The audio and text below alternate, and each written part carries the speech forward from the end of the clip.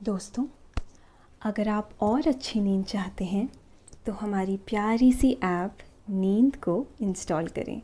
इस ऐप पर आपको एक्सक्लूसिव स्लीप स्टोरीज़ मिलेंगी और आप बिना यूट्यूब प्रीमियम के भी इन स्टोरीज़ को बैकग्राउंड में सुन सकेंगे।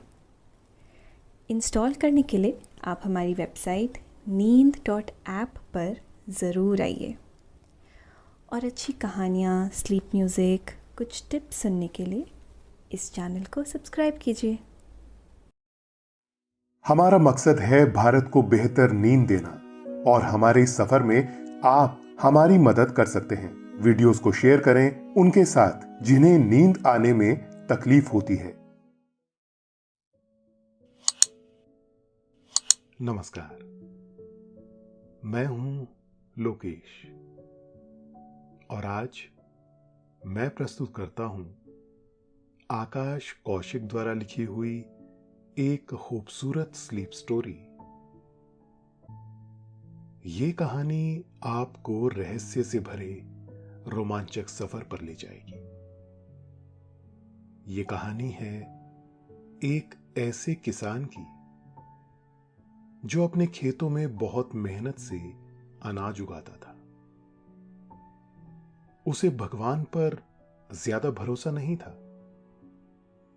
एक दिन ऐसा चमत्कार हुआ कि उसकी बीवी ने उसे भगवान विष्णु का एक दिन का व्रत रखने की सलाह दी। उस व्रत के प्रभाव से किसान का मन इतना शुद्ध और पवित्र हो गया कि उसकी प्रार्थना स्वीकार कर ली गई और उसके जीवन में एक ऐसा चमत्कार हुआ। आइए जानते हैं ऐसा क्या हुआ किसान के जीवन में जिसने उसकी जिंदगी पूरी तरह से बदल कर रख दी। लेकिन पहले आप अपने आसपास की सारी लाइट्स ऑफ करके आराम से लेट जाएं। अपनी आंखें धीरे से बंद कर लीजिए। अब थोड़ा सा अपने शरीर को आराम दीजिए, थोड़ा और आराम। अपने शरीर को बिल्कुल ढीला छोड़ दीजिए। कोई टेंशन नहीं, कोई तनाव नहीं। अपने दिमाग में चल रहे सभी विचारों को, चिंताओं को त्याग दें। एक शांति सी महसूस करें। सब नेगेटिव पॉजिटिव विचारों को धीरे धीरे निकाल दें। हाथों को सीधा करके अपनी कमर के साइड में रख लीजिए। अपनी सांस पर ध्यान लगाएं। इसको धीमे या तेज नहीं करना है। बस ध्यान देना है कि कैसे वो आपके नाक, गले में होते हुए आपके अंदर प्रवेश कर रही है और कैसे वो आपके गले और नाक के माध्यम से वापस निकल रही है। मन शांत, एकदम शांत होता जा रहा है। आप बहुत अच्छा महसूस कर रहे हैं। खुद को काफी हल्का फील कर रहे हैं। सब तरफ शांति ही शांति है, सुकून है, खामोशी है।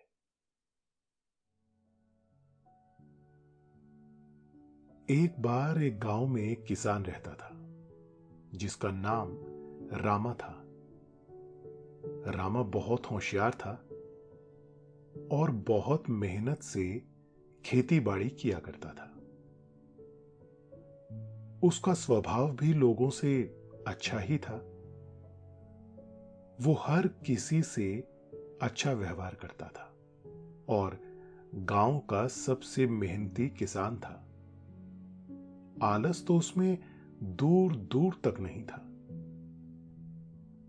वो लोगों को भी मेहनत करने की प्रेरणा देता था, परंतु उसके अंदर एक बहुत बुरी आदत थी कि वो भगवान में विश्वास नहीं रखता था। वो अपने आप को ही हर चीज का कारण समझता था और किस्मत पर ज्यादा भरोसा नहीं करता था।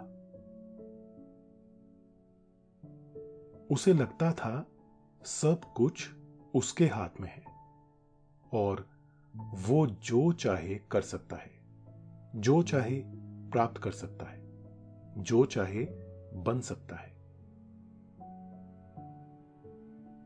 कभी कभी लोगों को यह उसका अहंकार लगता था और कभी कभी लोग उसे नादानी समझकर भुला देते थे।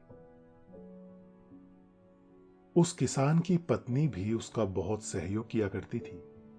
वो एक अच्छी स्त्री थी और अपने पति धर्म का बखूबी पालन किया करती थी। उसके अंदर हर वो खूबी थी जो एक पत्नी में होनी चाहिए।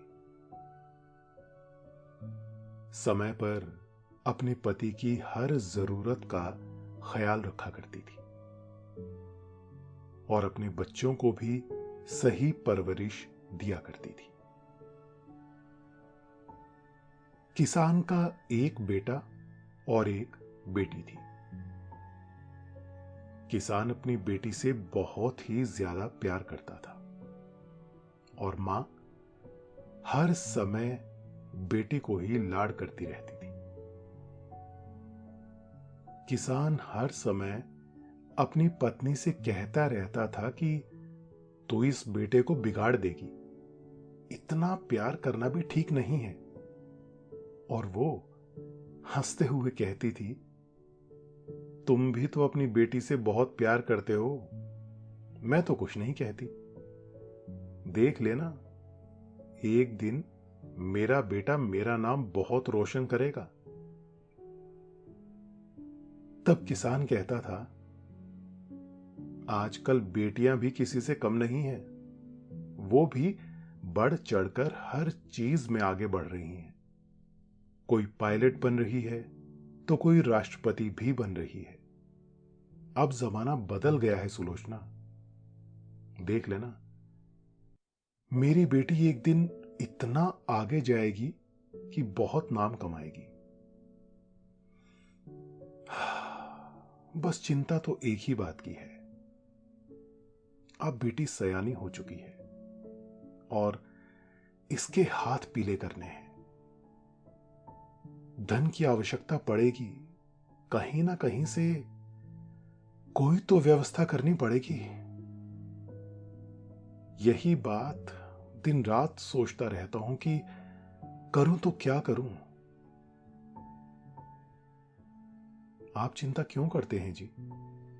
भगवान पर विश्वास रखिए, कुछ ना कुछ जरूर हो जाएगा। किसान ने कहा,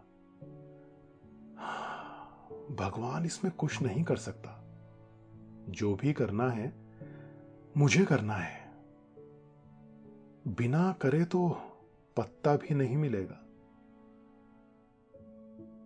पत्नी भी समझ गई कि उसके पति को समझाना बेकार है। वो कहती, एक दिन आपको जरूर समझ में आएगा कि श्रद्धा की कीमत जीवन में कितनी ज्यादा होती है। श्रद्धा और भक्ति की जीवन में कितनी ज्यादा जरूरत है। वो धन की व्यवस्था करने के लिए मुनीम जी के पास चला गया, जो सबको ब्याज पर धन दिया करते थे और लोगों की जमीन गिरवी रखा करते थे। किसान ने मुनीम का दरवाजा खटखटाया और जोर से आवाज लगाई, मुनीम जी, घर पर हैं क्या? एक महिला ने दरवाजा खोला। देखने में वो मुनीम जी की पत्नी लग रही थी। लंबे लंबे बाल थे और साड़ी पहनी हुई थी। दोस्तों, अब से आप bed time stories, guided meditations, relaxing music, इन सब का आनंद नींद ऐप पर ही उठा सकते हैं। किसान ने मुनीम जी की पत्नी समझकर उनको प्रणाम किया और कहा कि मैं मुनीम जी से मिलने आया हूं, कृपया उन्हें बुला दीजिए। महिला ने उन्हें बैठने के लिए कुर्सी दी और एक गिलास पानी भी लाकर दिया। मुनीम जी का घर बहुत बड़ा था। दुनिया भर से ब्याज इकट्ठा करके उन्होंने बहुत धन इकट्ठा कर लिया था। इतने में ही बाहर से किसी के आने की आहट हुई और दरवाजे के अंदर मुनीम जी ने कदम रखा। सेठ जी का व्यक्तित्व बड़ा ही गंभीर था। उनका स्वर बहुत भारी था और आवाज में एक अलग ही वर्चस्व दिखाई दे रहा था। उन्होंने गंभीर स्वर में किसान से पूछा कि तुम्हें उधार की सारी शर्तें तो पता है ना? किसान ने कहा, आपकी कृपा से सब कुछ अच्छा हो रहा है। फसल अच्छी रही तो मैं आपका सारा कर्जा चुका दूंगा, आप चिंता ना करें। बस मेरी बेटी के दान दहेज के लिए मुझे कुछ रकम दे दें ताकि मैं धूमधाम से उसकी शादी कर सकूं, उसके हाथ पीले कर सकूं।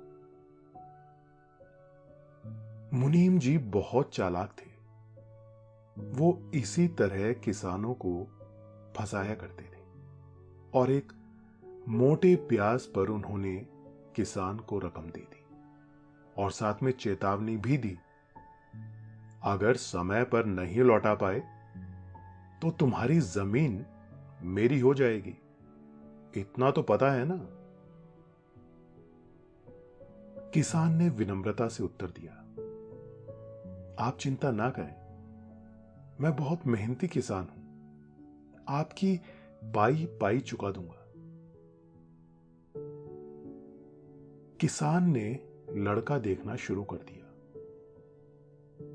वो हर रोज कहीं ना कहीं जाता और अपनी पुत्री के लिए एक योग्य वर तलाशता रहता था। एक दिन वो एक ऐसे घर पहुंचा जहां पर घर की औरत चौका लगा रही थी। घर के अंदर से हवन की खुशबू आ रही थी, जैसे कोई अग्नि में सामग्री डाल रहा हो। मंत्रों की ध्वनि किसान को उस घर की तरफ आकर्षित कर रही थी। वो एक ब्राह्मण का घर था, जिसकी सुंदरता और वातावरण अलग ही शुद्धता का एहसास करवा रही थी। इतने दिनों तक घूमते घूमते किसान की चप्पल भी टूट गई थी, पर उसे अपनी बेटी के लिए कोई ठीक योग्य वर नहीं मिल रहा था। न जाने उस घर के पास पहुंचकर उसे ऐसा एहसास हुआ जैसे उसकी खोज बस खत्म होने वाली है। वो जाने अनजाने में उस घर में दाखिल हो गया और घर के मुखिया को पुकारने लगा। इतने में ही उनकी पत्नी आई और एक अपरिचित व्यक्ति को द्वार पर खड़ा देखकर असमंजस में पड़ गई। उसने पूछा, आपको किससे मिलना है और आप कहां से आए हैं? किसान ने अपना सारा परिचय कह सुनाया। पंडित जी हवन कर रहे थे। पत्नी ने उन्हें बैठने के लिए आसन दिया और दोनों आपस में बातें करने लगे। हैरानी की बात तो यह थी, जब पत्नी को यह पता चला कि ये अपरिचित व्यक्ति तो उनके दूर के रिश्तेदारों में से है, तो किसान और भी ज्यादा खुश हुआ कि अब तो रिश्तेदारी भी निकल आई। अब तो मेरी बेटी का विवाह इस घर में अवश्य हो सकता है। किसान का एक मित्र इस परिवार को जानता था, उसको भी बुलवा लिया गया और सारी बातें हो गई। इतने में पंडित जी आए और उनकी पत्नी ने उन्हें सारा हाल कह सुनाया। पंडित जी भी अपने बेटे के लिए एक सुंदर गुणवान स्त्री की तलाश में थे। अब उनकी भी तलाश खत्म होने जा रही थी। दोनों परिवारों ने एक दूसरे को समझा और रिश्ते के लिए हामी भर दी।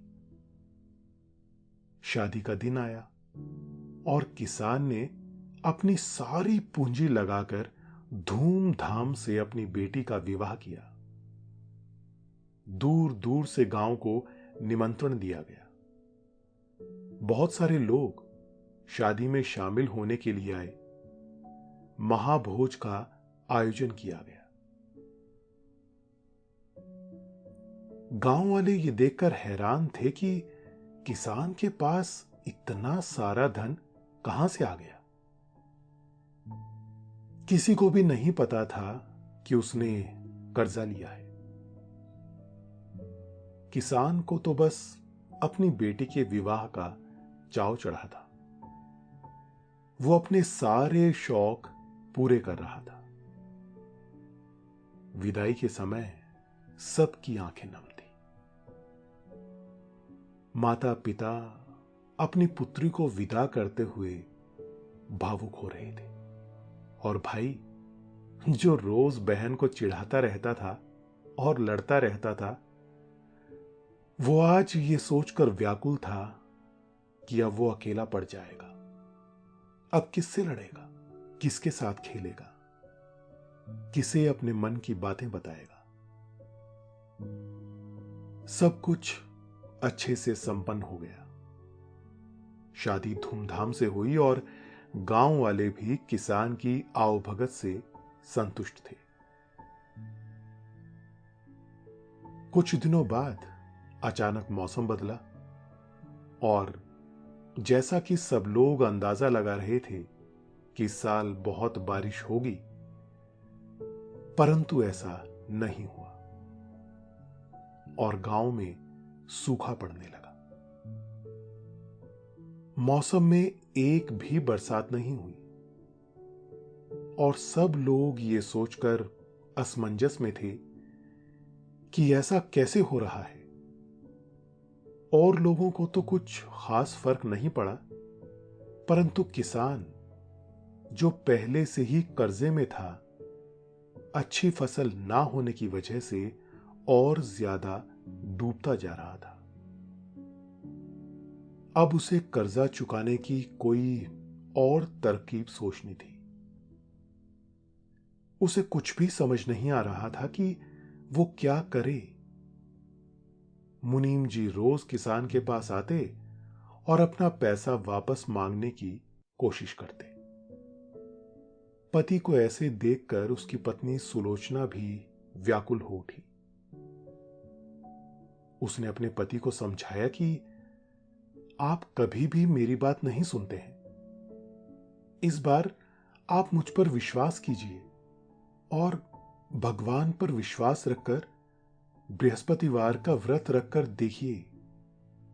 हो सकता है आपकी श्रद्धा काम कर जाए और कुछ परिवर्तन जीवन में आने लगे।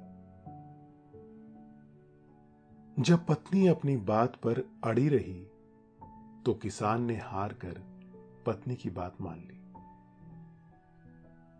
उसने सोचा, व्रत रखने में हर्जी क्या है, देख लेते हैं क्या होता है। जब किसान अंदर से पूरी तरह टूट चुका था और उसके पास कोई चारा ही नहीं बचा था, तो उसने खुद को प्रभु के चरणों में समर्पित कर दिया था। उसने भगवान विष्णु का व्रत रखने के लिए एक अनुष्ठान किया और बाजार से पूजा की सभी सामग्री लाकर पूरे विधि विधान से भगवान का पूजन किया। सत्यनारायण की कथा भी की गई और लोगों को प्रसाद भी बांटा गया। कुछ दिनों तक ऐसा ही चलता रहा। किसान को अपने अंदर अचानक शांति अनुभव होने लगी थी, जैसे हर रोज किसी से अपने मन की कह रहा हो। परिस्थितियां तो वैसी की वैसी ही थी, परंतु मन में शांति बढ़ती जा रही थी, जैसे कोई उसकी बाह पकड़ रहा हो। उसका भाव पवित्र होता जा रहा था, मन शुद्ध होता जा रहा था।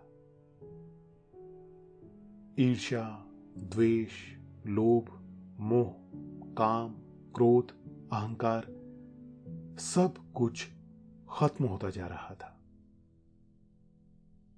जैसे धीरे धीरे वो अलग ही दिव्यता की ओर आगे बढ़ रहा था। गांव वाले भी उसकी श्रद्धा और भक्ति देखकर अब फूले नहीं समा रहे थे। लोगों को उसकी भक्ति पर विश्वास होने लगा था। वो तानपुरा लेकर गांव की चौपाल पर बैठता और भगवान की भक्ति में लीन हो जाता।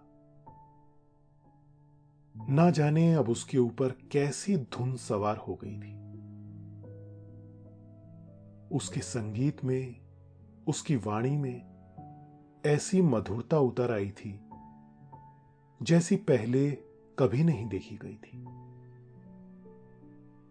लोग जहां भी उसका स्वर सुनते, खींचे चले आते थे। भजन कीर्तन में मन लगने लगा था। किसान की भक्ति देखकर पूरे गांव का वातावरण ही बदलने लगा था। लोग आश्चर्य कर रहे थे कि ऐसा घोर नास्तिक इंसान भी इतना आस्तिक हो सकता है। इसका अंदाजा नहीं था। परिस्थितियां मनुष्य से कुछ भी करवा देती हैं। जब मनुष्य समर्पण कर देता है तो उसकी श्रद्धा और भक्ति पराकाष्ठा को भी पार कर जाती है और ऐसा चमत्कार करके दिखलाती है जो आज तक किसी ने ना सुना हो, ना देखा हो। भगवान की भक्ति और श्रद्धा से किसान की आवाज में ऐसा स्वर उतर आया था जो दूर दूर के संगीतज्ञ को अपनी तरफ आकर्षित कर रहा था। बड़े बड़े संगीत के महारथी और विद्वान किसान का स्वर सुनने के लिए आते थे और तृप्त होकर जाते थे। किसान भगवान की भक्ति में इतना लीन हो गया था कि अब ना तो उसे कर्जे की कोई चिंता थी और ना ही लोगों की। वो पूरी तरह से भजन कीर्तन में तल्लीन हो गया था। उस गांव से 5 गांव दूर एक बड़ा ही घमंडी गायक रहता था, जो हर समय लोगों का घमंड तोड़ने के लिए उनसे प्रतिस्पर्धा करता था। उसे अपनी गायकी पर बड़ा अभिमान था। जब उसने किसान की गायकी के बारे में सुना तो वो हक्का बक्का रह गया और उसने किसान को गायन प्रतियोगिता की चुनौती दे डाली। संगीत की प्रतियोगिता का समय निश्चित किया गया और दूर दूर के गांव में ढोल पिटवा दिए गए कि किसान और संगीतज्ञ का मुकाबला होने जा रहा है। गायक ने प्रतियोगिता की सजा भी तय कर ली थी। उसने कहा, अगर किसान जीता तो मैं सारी उम्र उसकी गुलामी करूंगा, और अगर वो हारा तो किसान को गायक की गुलामी करनी पड़ेगी। किसान को प्रतियोगिता की कोई सुध बुध न थी। उसे तो जहां बुलाया जाता वो वहां अपने भजन में तल्लीन हो जाता था। प्रतियोगिता का दिन आया। सब लोग बेसब्री से उसका इंतजार कर रहे थे। दोनों तरफ गायक का समर्थन करने वाले और किसान का समर्थन करने वाले लोग बैठ गए। चौपाल सजाई गई और दूर दूर से लोग इस प्रतियोगिता को देखने आए। शर्त यह थी कि जो राग मेघ मल्हार गाकर बारिश करवा देगा वो प्रतियोगिता का विजेता होगा। गायक ने गाना शुरू किया। लोग उसकी आवाज में खोसे गए थे। वो बहुत ही प्रशिक्षित और सीखा हुआ कलाकार था। उसे सभी रागों की बहुत अधिक समझ थी, इसलिए वो अपनी लय में गा रहा था। परंतु एक पहर तक लगातार गाने के पश्चात भी बरसात नहीं हुई। वो निराश होकर चुप बैठ गया। उसका कंठ सूख चुका था, ताकत खत्म हो चुकी थी। परंतु बरसात नहीं हुई। उसे पूरा विश्वास था कि अगर उससे ना हुआ तो किसान भी ऐसा नहीं कर पाएगा। दोस्तों, अब से आप bed time stories, guided meditation, relaxing music, इन सब का आनंद नींद ऐप पर ही उठा सकते हैं। लोगों से इजाजत लेकर किसान ने अपनी भक्ति में लीन होकर भगवान को याद करके अपना भजन गाना शुरू कर दिया। गाते गाते जैसे ही उसने राग मेघ मल्हार छेड़ा तो थोड़ी ही देर में अचानक से उसकी आवाज के कंपन से ऐसी तरंगे उठी कि लोगों के रोम रोम तक पहुंच गई। हर किसी के रोंगटे खड़े हो रहे थे। मन गदगद हो रहा था। शरीरों में कंपन छूट रहा था। किसान की आवाज का प्रताप इतना ज्यादा था कि आसमान में बादल घिरने लगे थे। घटाएं छाने लगी। सूरज की रोशनी कम हो गई और अंधेरा सा होने लगा। अचानक से पहली बूंद किसान के चेहरे पर गिरी और धीरे धीरे घनघोर बारिश शुरू हो गई। सारा गांव खुशी से नाचने लगा। इतने समय से जो सूखा पड़ा था आज तृप्त हो गया था। धरती माता भर भर के पानी पी रही थी। चारों तरफ खुशी की लहर छा गई।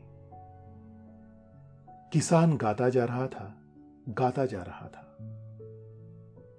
ये सब देखकर सब लोग आश्चर्यचकित थे।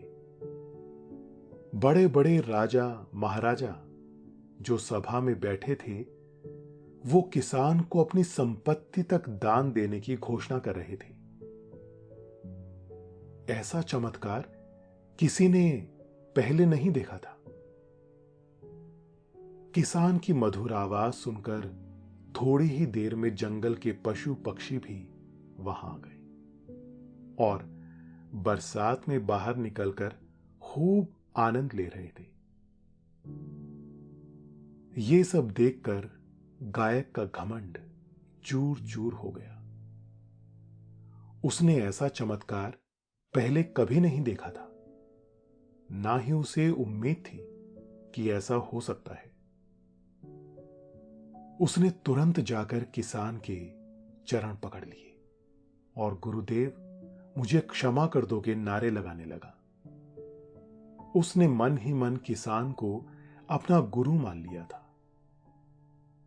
किसान का गायन रुक गया और उसने प्रेम भरी दृष्टि से गायक को देखा और उसे क्षमा करके गले से लगा लिया। किसान ने उसे शिष्य रूप में स्वीकार कर लिया। भगवान के भक्त कभी किसी को गुलाम नहीं बनाते। वो तो इतने उदार होते हैं कि हर व्यक्ति के कल्याण के लिए भगवान से प्रार्थना करते रहते हैं। अंत भला तो सब भला। फसल जोरदार हुई, सारा गांव हरे भरे खेतों से लद गया। किसान ने सारा कर्जा चुका दिया और भगवान की भक्ति में लीन हो गया। तो दोस्तों, ये थी आज की कहानी, किसान का विश्वास। आशा है आपको आज की ये कहानी अच्छी लगी होगी। आपने ये कहानी सुनी, आपको अच्छा लग रहा है और समय हो गया है आपके सोने का। अब आप धीरे धीरे नींद की ओर बढ़ते जा रहे हैं और नींद आपको अपने आगोश में समाती जा रही है, समाती जा रही है। शुभ रात्रि। धन्यवाद।